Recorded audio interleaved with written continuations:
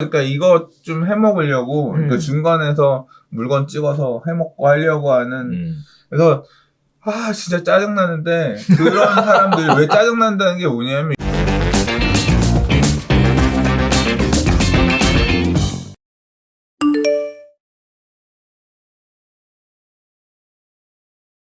자, 두 번째 이야기로 넘어갈게요. 자, 정부에서 비아파트 규제 완화 카드를 꺼내 들었습니다. 그래서 풍선 효과에 대한 부분들이 다시 이야기 나오고 있는데요. 도시형 생활주택과 오피스텔의 규제를 완화하겠다는 정책입니다. 자, 국토교통부가 지난 15일 도심 주택 공급 확대 및 아파트 공급 속도 제고 방안을 통해서 도시형 생활주택 공급을 확대하기 위한 건축 기준을 완화했습니다. 이게 시작인데요. 자, 도시형 생활주택은 허용 전용 면적 상한을 50에서 60제곱미터로 늘리고요. 침실과 거실 등 두 개로 나눠졌던 공간도 4개까지 나눌 수 있도록 했습니다. 방 3개에 거실까지 넣을 수 있기 때문에 3, 4인 가구도 살 수 있게 된 거죠. 다만 공간 구성을 완화한 가구는 전체의 3분의 1로 제한했습니다. 자, 오피스텔도 건드렸는데요. 오피스텔의 바닥 난방 허용 전용 면적을 85제곱미터에서 120제곱미터로 확대했습니다. 자, 이 역시도요.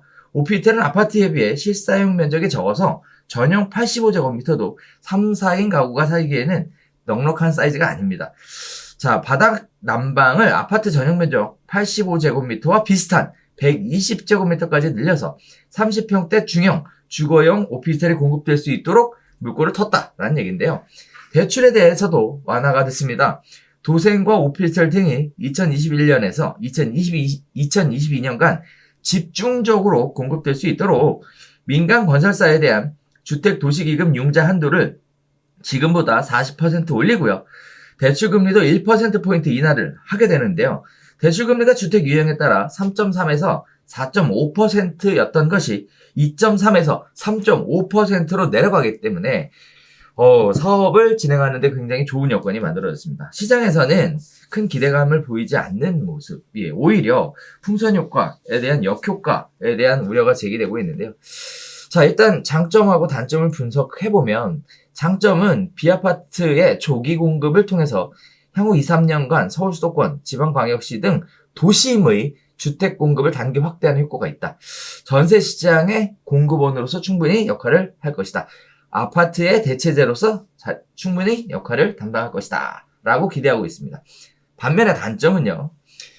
청약 통장이 없이 청약금만으로도 청약이 가능하고 당첨 이후에도 전매 제한 없고 실거주 규제도 없습니다.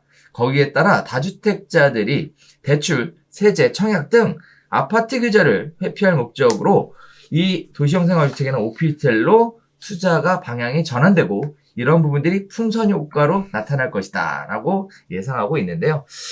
자, 공급에 대한 부분들이 대선에도 영향을 미칠 것 같아서 이렇게 계속 공급에 대한 것들을 하겠다고 지금 계속 연일 뉴스에 나오고 있는 상황입니다. 대선에 대한 규제 완화 기대감까지 겹치게 되면 이 풍선 효과가 더 심각해질 것이다 라는 우려의 목소리가 높습니다.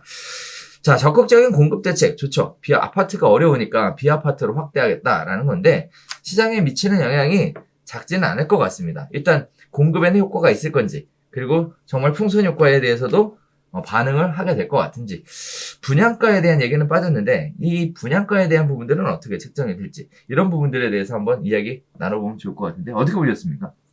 그러니까 정부가 되게 다급하니까 이런 대책까지 내놓은 것 같아요. 지난 텀의 정책과는 반대예요. 그러니까 지난 텀이라고 하는 거는 참여정부 시절에는 이런 것까지도 되게 규제를 했거든요. 그러니까 여기 지금 단점이라고 표시한 투기적 가수요 유입에 따른 우려 실제로 지난 텀에서도 있었고요. 그러니까 항상 패턴이 비슷한 게 공격적으로 주택시장에 사람들이 진입하려고 하니까 주택시장에 규제를 많이 넣죠.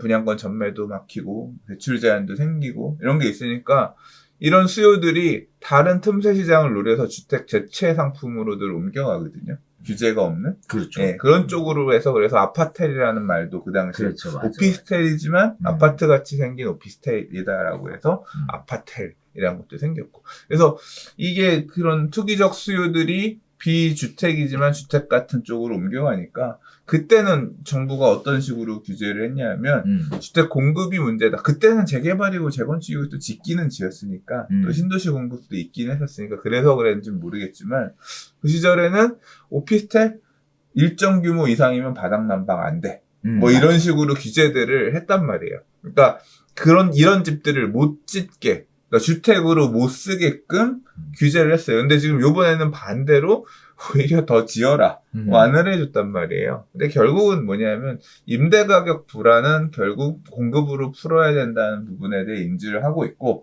단점으로 얘기되고 있는 이 가수요 결국 이제 떴다방들 가가지고 이 오피스텔 당첨권, 맞아요. 분양권 피받아 팔고 이런 것들을 어느 정도 수인하더라도 일단 이렇게 공급되어지는 주택의 대체재 물건들이 전세시장 안정화에 도움이 될 거라고 판단한 거니까. 그러니까 감안하고도 어떤 공급을 하겠다. 전세 물량이 임대 물량이 공급될 수 있는 길을 뚫겠다는 의지를 보였다고 생각되는 거죠.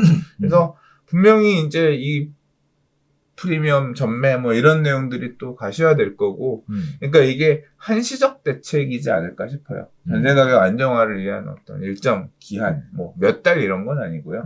어느 시점 이후에는 다시 손을 봐서 원래대로 돌아가게끔 하거나 뭐 그런 그런 의지가 아닐까 생각이 됩니다. 근데 사실 지금도 이런 얘기들이 문제가 되고 있잖아요. 뭐 카톡방이라든지 밴드, 뭐 카페, 뭐 이런 것들에 대해서 그러니까 이거 좀 해먹으려고 그러니까 중간에서 물건 찍어서 해먹고 하려고 하는 그래서 진짜 짜증나는데 그런 사람들이 왜 짜증난다는 게 뭐냐면 이 사람들이 그러니까 욕 나와 개새끼야 진짜. 그러니까 다른 전문가들이 쓴 괜찮은 부동산 글을 퍼와. 그 다음에 자기가 쓴 것처럼 글을 카페에 올리고 아니야 각색도 아니야 그냥 그대로 퍼. 그냥 복사 붙여넣기로 해서 넣고 그 글 끝에다가 투자를 위한 카톡방입니다라고 해서 계속 그 짓을 해. 그러니까 완전 사기꾼 양아치들이지. 그러니까 지들이 하고자 하는 건 그 카톡방에서 살려는 사람, 팔려는 사람들을 찾아내서 물건을 갖고 와서 중간에 해먹고 이런 걸 하기 위해서 카톡방을 운영하는 건데 그 카톡방에 사람을 유인하기 위해서 자기 글도 아니라 남이 쓴 좋은 글을 그렇게 갖다 하면서 계속 그 작업들을 조직적으로 하고 있는 거죠. 그러니까 내가 걔를 강퇴하면 다시 가입 못할 거 아니야. 그러니까 수많은 작업 계정으로 댓글과 게시글로 그러니까 이 카페 운영은 그런 마케터들과의 싸움이에요. 광고쟁이들과의 전쟁이야. 맨날 그걸 이제 관리를 하고 있는데 이제 그런 비겁한 방식을 써가면서도 얘네는 또 그게 먹고 사는 방식이니까 하고 있지. 그러니까 얘네들의 요새 이제 타겟 중에 하나가 요런 거다. 그러니까 비주거형, 전매 제한이 비교적 자유롭고 대출이 많이 나오는 이런 거를 그런 식으로 유도한 작업들을 최근에 하더라. 그러니까. 그래서 지금 사실 시청자분들도 부동산에 관심 있는 분들은 아시겠지만 어디 이번에 오피스텔 분양한다. 그래서 뭐 이번에 뭐 제한이 없고 뭐 몇 개까지 가능하고 그리고 어느 정도 프리미엄이 기대가 된다. 거기에 따라서 넣어라. 뭐 이런 식의 뭐 선택은 네 맘이다. 이렇게 해갖고 돌아다니는 정보들이 굉장히 많습니다. 그런데 이렇게 확대를 해버리면 시장이 엄청 뜨거워질 것 같은. 그러니까 이거 시행하는 사람들은 좋을 거고 그리고 분위기도 달궈져 있으니까 뭐 중간에 이거에 관여해서 먹고 사는 사람들은 뭐 해피하겠죠. 근데 투자초로서 유망한지는 저는 잘 모르겠어요. 저도 잘 모르겠어요. 별로 관심 있는 형태의 물건 아니고 왜냐하면 지난 텀에서도 이제 이런 대체재들이 잘 투자해서 먹은 사람들도 있지만 또 꺾이고 나면 이게 결국은 이 뜨거운 이유는 대체재로서 그러니까 주택시장에 규제가 있기 때문에 비규제 상품들이 상대적으로 이제 반사이익을 보는 구조인 거거든요. 그렇죠. 주택시장의 규제가 풀리면 이런 애들은 아무도 안 쳐다봐.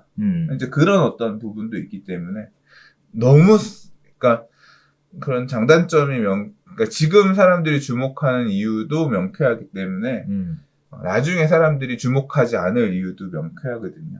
그래서 막 굉장히 장기적으로 유망한 투자 상품 이런 개념으로 생각하시기보다는 그냥 짧게 먹고 짧게 먹고 짧게 탄다. 적당한 선에서 언제든 엑시트할 마음을 가지고 그렇게 보시는 거는 의미 있지 않을까 싶습니다. 자, 이것도 제가 한 가지 더 덧붙여서 드리고 싶은 말씀이 하나 있는데요. 분양회사, 분양대행사라고 하죠. 분양회사 입장에서는 분양가를 어떻게 책정하느냐에 따라 분양이 잘 되기도 하고 또는 분양이 굉장히 고전하기도 합니다. 그런데요, 이게 지금 조심하셔야 될 거라고 저는 생각하는 게, 분양이 너무 잘 되잖아요. 그래서 빠른 시간 내에 엄청난 경쟁률로 조기에 완판됐다. 그러면 자축할 것 같지만 실제는 망한 거죠. 망한 겁니다. 네. 더 비싸게 팔 수 있었던 맞아요. 건데 싸게 팔았으니까. 맞아요. 미분양만 실패가 아니고요. 응. 네. 그것도 역시 분양 실패라고 보고 있거든요. 응. 자, 이런 부분들이 같이 맞물려 있어요. 그렇다는 얘기는 분양가가 결코 저렴하게만 가지는 않을 거다라는 것도 같이 염두에 두셔야 될 것 같고요. 분양가 규제가 없잖아. 맞아요. 네. 그래서 저렴하게 가지 않을 거다라는 것도 염두에 두셔야 되고, 그렇다면 누군가의 이야기를 듣기보다는 실질적으로 그게 그 정도의 가격에 갈지, 분양가는 적정한지, 이런 부분들에 대해 심도 있게 고민해 보시고 책임 있는, 네, 그런 투자로 가시는 게 좋고요. 누구 말만 믿고 쫓아가는 그런 좀 답답한 일은 안 하시는 게 맞지 않을까 싶습니다. 옛날에도 보면 아파트를 잘못 분양 받아가지고 고전한 분들 좀 있어요. 맞아요. 되게 많아. 맞아요. 아파트인 줄 알았다부터 시작해서. 그러니까 대체 상품이라고 생각해서 들어갔는데 약간 애매한 위치에 약간 애매한 가격에 받아가지고 나중에 좀 고생하신 분들도 있었어. 맞아요. 그런 이게 분양가가 생각보다 싸지 않은 경우들도 있고 하기 때문에 아파트 생각하고 아파트 올라가는 거 보고 생각하고 들어갔다가 아파트 가격의 일정 %는 가지 않을까 생각했다가 또 나중에는 좀 약간 차등화되는 가격대 만들어지고 이러는 거 보면서 그럴 수 있으니 좀 주의하시라. 생각보다 가격은 싸게 안 나오더라. 맞아요. 네. 자, 다음에 뭐 이렇게 오피스텔을 바닥 면적을 뭐 넓혀가지고 3, 4인원이 살 수 있게끔 뭐 좀 여러 가지 얘기들이 나오지만 오피스텔은 오피스텔입니다. 오피스텔은 아파트가 안 돼요. 네. 그냥 주거를 위한 대체된 거지. 네. 가격은 대체 가격을 형성하지 못한다는 것도 정확하게. 그러니까 오피스텔을 용적률 되게 뭐 250% 이렇게 해서 짓는 경우는 없거든요. 네. 기본적으로 상업지역에 주로 이제 준주거나 상업지역에 짓는 시설들이기 때문에 빽빽하게 보통은 짓잖아요. 용적률 600%에서 뭐 많게는 1000%까지. 그래서 주택, 아파트 단지라든가 이런 곳에서 주는 효용처럼 뭐 넓은 어떤 단지 안의 공간이나 이런 부분들도 좀 그냥 깔고 있는 집은 주택까지 생겼다는 거지 어떤 그런 기반 시설, 인프라 이런 것들은 또 아파트 단지하고는 확실히 차별화되는 부분도 있기 때문에 똑같이 놓고 생각하면 약간 좀 그렇게 낭패일 수 있습니다. 맞습니다.